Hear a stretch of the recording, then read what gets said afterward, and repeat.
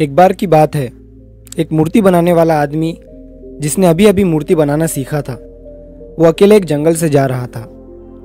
जंगल में उसे एक बड़ा सा पत्थर दिखता है।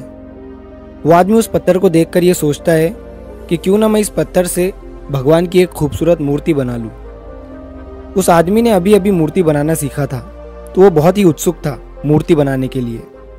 इसीलिए उसे जो भी अच्छा सा और बड़ा सा पत्थर दिखता, वो उसे मूर्ति बनाने के बारे में सोचता। उस आदमी ने अपने बैग से छेनी हथौड़ी निकाली और उस पत्थर के पास मूर्ति बनाने के लिए बैठ गया। उसने जैसे ही उस पत्थर पर छेनी हथौड़ी से वार किया तो उस पत्थर से आवाज आई कि मुझे दर्द हो रहा है। वो आदमी ये आवाज सुनकर हैरान हो गया। उसने फिर से छेनी हथौड़ी से उस पत्थर पर वार किया तो फिर से उस पत्थर से आवाज आई कि मुझे दर्द हो रहा है। वो आदमी अपना सामान उठाकर वहां से चला गया और उस पत्थर को वहीं छोड़ दिया। थोड़ा आगे जाने के बाद उसे एक और बड़ा सा पत्थर दिखा।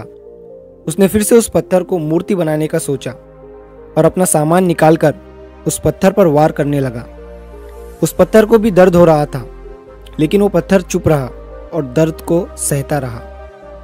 थोड़ी देर के बाद उस मूर्ति बनाने वाले ने उस पत्थर से एक खूबसूरत मूर्ति बना दी।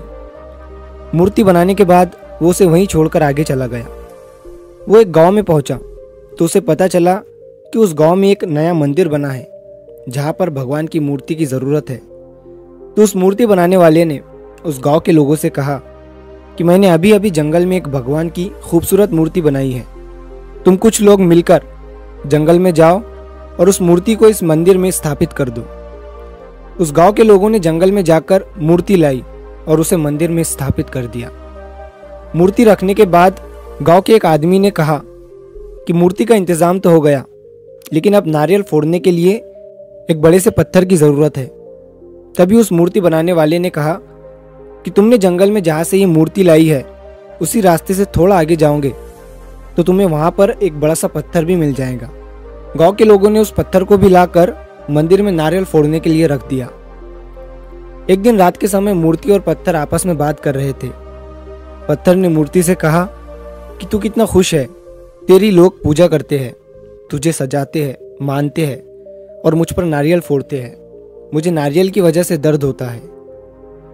तभी मूर्ति उस पत्थर से बोली, अगर उस दिन तू उस मूर्ति बनाने वाले का वार सहन कर लेता तो आज मेरी जगह तू होता और तेरी जगह मैं। लेकिन तूने वो वार सहन नहीं किया, इसलिए आज तुझ पर लोग नारियल फोड़ते हैं और मेरी पूजा करते हैं। दोस्तों, किसी ने क्या खूब कहा है कि जिंदगी जीना आसान नहीं होता, बिना संघर्ष के कोई महान नहीं होता। जब तक न पड़े हथौड़ी की चोट तो पत्थर भी भगवान नहीं होता।